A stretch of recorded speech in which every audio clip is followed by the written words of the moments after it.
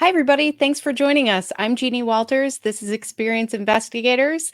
And today I want to talk to you about the difference between customer experience and customer experience management. Now, I recently wrote about this, and if you're interested in that article, we'll provide a link for you here. We encourage you to go check that out if you want to read a little bit more about that. But today, I just want to talk about some of the main points that you need in order to get intentional with your customer experience. So, for those of you who don't know me, I'm Jeannie Walters. I am CEO and founder of Experience Investigators.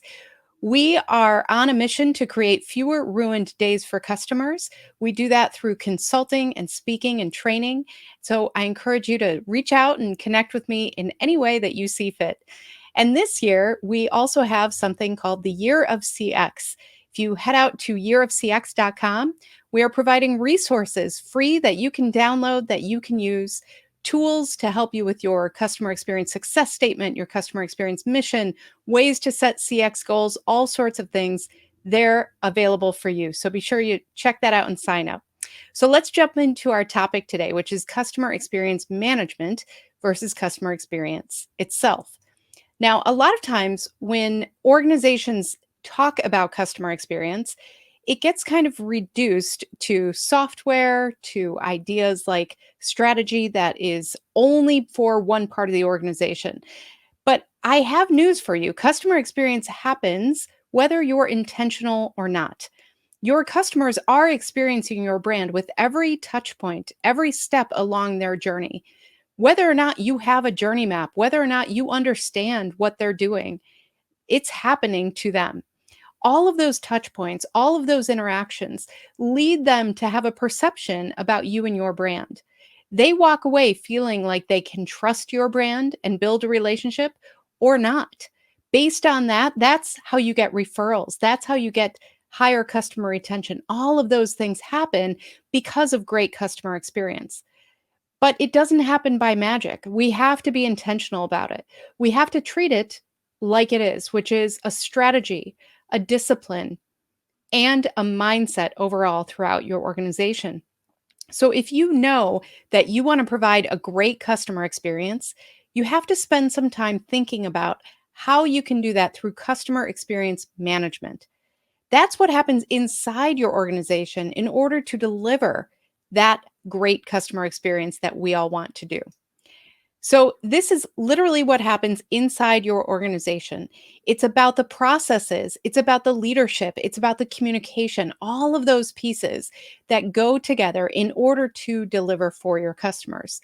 And it includes listening to your customers, making sure that you're hearing from them on a regular basis so that you are continuing to provide the experiences that they're looking for and live up to, and better yet, exceed their expectations. Now, when it comes to customer experience management, there are four things that this really means. The first one is strategy. We need to make sure that we have a defined customer experience strategy. Saying that we want to deliver a great customer experience is not enough. What does that look like? How do we know what success looks like? What do we really want that we can provide our customers that is different from the rest of the marketplace, that helps our customers distinguish between our brand and others? So make sure that you're really defining that in realistic ways. We also need technology and tools to back this up. What are the technology pieces that we need to put into our stacks in our organization to make sure that we can listen to customers effectively, that we can turn what we hear into insights that we can turn into actions for our customers? What are the technologies that we need in order to make the process more effortless and meaningful for our customers? We need to think through all of those things as part of this. And then we have these really fun words, governance and discipline. We need to make sure that we are putting guardrails on this, that we understand how to prioritize, that we all agree with what are the priorities within customer experience and what are the protocols and processes around that, so that internally we are constantly delivering in a consistent and meaningful way. And then finally, we want to look at iterative design. This is nothing if it's not future looking, if we're not thinking about What can we do next? And often in customer experience management, it gets reduced to just tracking. I want you to think bigger. I want you to think about innovation and think about what's next for your customers, because that's when customer experience can really become a game changer for you, your brand, and your customers overall. So let's break this down a little bit. Customer experience strategy is really customer experience strategy is different than customer experience management strategy. Customer experience strategy is really about what is it that we are trying to do for our customers and how do we break that down. Customer experience management is sometimes defined by the platform.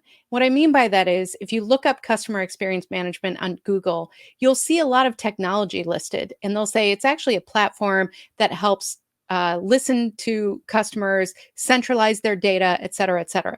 All of those things are really important, but that's not a strategy.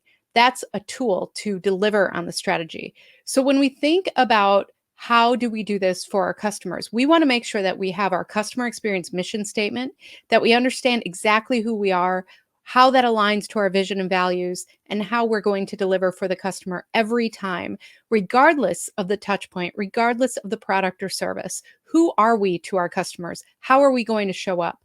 And then we also want a customer experience success statement. This is what we use to define our organizational goals, our leadership goals, and our customer experience goals.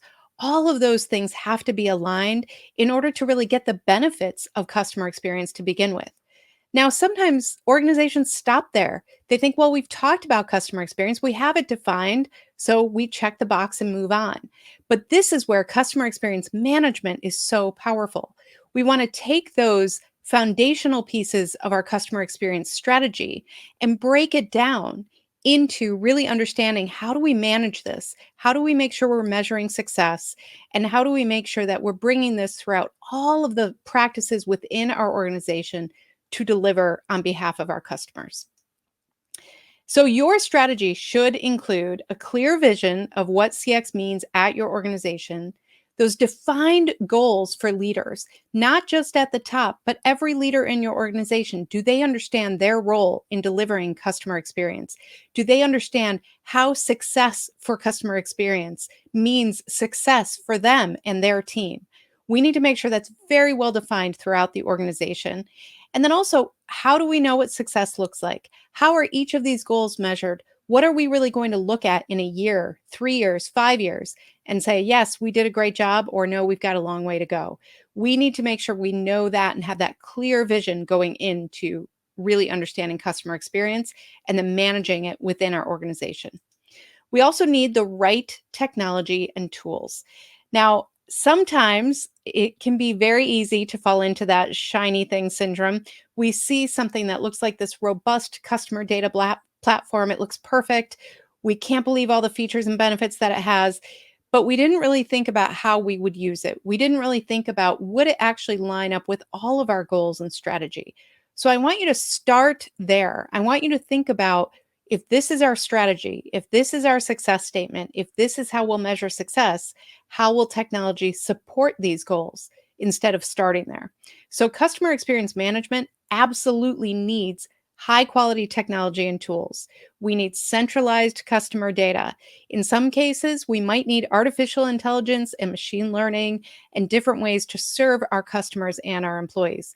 Those features might be incredibly important for you. But at the same time, we don't want to start with the tools. We want to make sure that we are starting with what are we trying to do for our customers and then break it down from there. And so with this, some things to consider.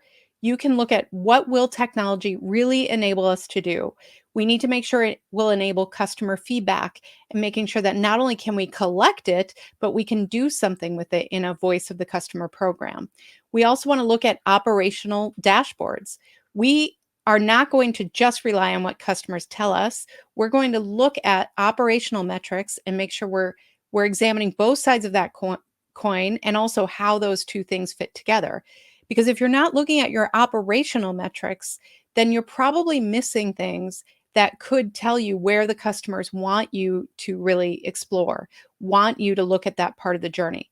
So, for instance, if you're only looking at customer feedback metrics after contact center interactions, but you're not lining that up with operational metrics like first call resolution or wait time, if you're looking at those things together, you get so much more information that you can act on behalf of the customer. So make sure you have operational dashboards as well.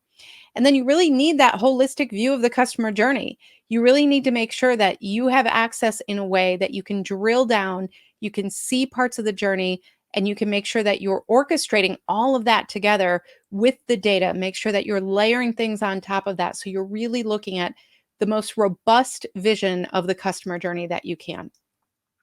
And then we get to this governance and discipline. And sometimes when I hear people talk about this, they get very excited about the process.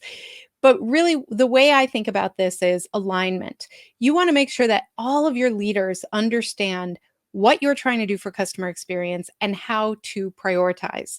A lot of organizations have frameworks to guide decisions here. We understand that our number one goal this year is reducing service cost. So, what are we doing to make sure that we are prioritizing with that goal in mind? What does that look like? What are the longer term things that maybe we need to make sure we have the resources for? It takes longer term planning. It takes more investment. Make sure that that is part of what you're looking at as well as part of your framework.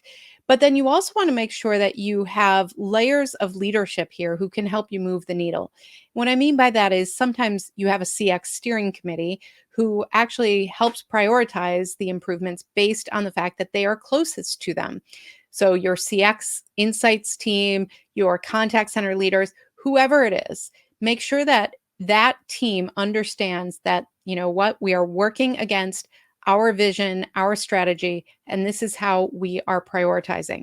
And then those priorities get bumped up to an executive level, and that executive level is where they get approved or denied. Now, your organization might work differently. I've never seen this work exactly the same way from one organization to another. But I will say that if you don't have that structure to it, it's really easy for everybody to start becoming internally focused again. So maybe you invest in understanding the customer journey, but then at the end of the day, you have a list of improvements that don't get enough attention because nobody can agree on the prioritization of them. Make sure you spend some time looking at how will we put structure to this? How will we have business discipline around this, a cadence of communication, of research, of insights, all of those things. We need to look at all of that as part of customer experience management. And then finally, we want to think about the future. We want to think about we are not going to be complacent, because if it becomes just an act of measuring, of fixing what's broken and then measuring again, that's not going to move you into the future. Now, we are in an age when the evolution of business is happening at record speeds. Most of us can't keep up. And that's why it's so important to actually spend some energy here, be proactive, make sure you're looking at not just how do we fix things, but how do we proactively provide what our customers will need in the future.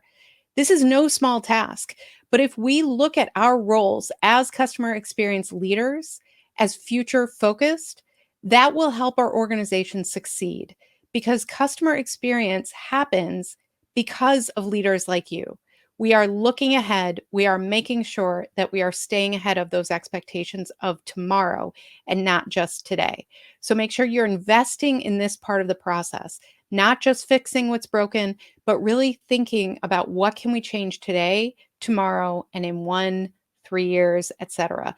Really start looking to the future and make sure you're acting on that today. So the 4 elements here of customer experience management are: you need a CX strategy. You need to back that up with technology and tools that will support that CX strategy. You need governance and discipline to make sure you have enough structure around this to make things happen.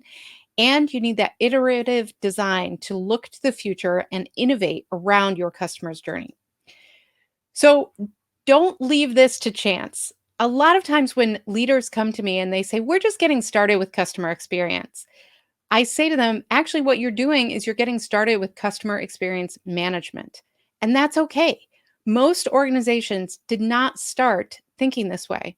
We have to go in and put this structure around it, put strategy and discipline around it to make sure that our leaders can deliver on that vision of what we want for our customers, how to improve a customer experience to make it more effortless and delightful and exceed those expectations.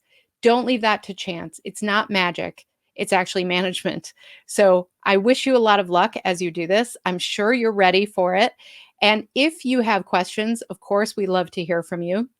We also want to make sure that you know that we are available to you because you are helping us live our mission.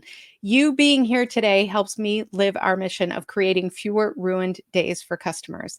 So thank you for being here. And don't forget, we have resources for you on our site. We also have a playlist that you can check out with some of our favorite videos and our YouTube channel. Go ahead and subscribe there. Thanks so much for being here.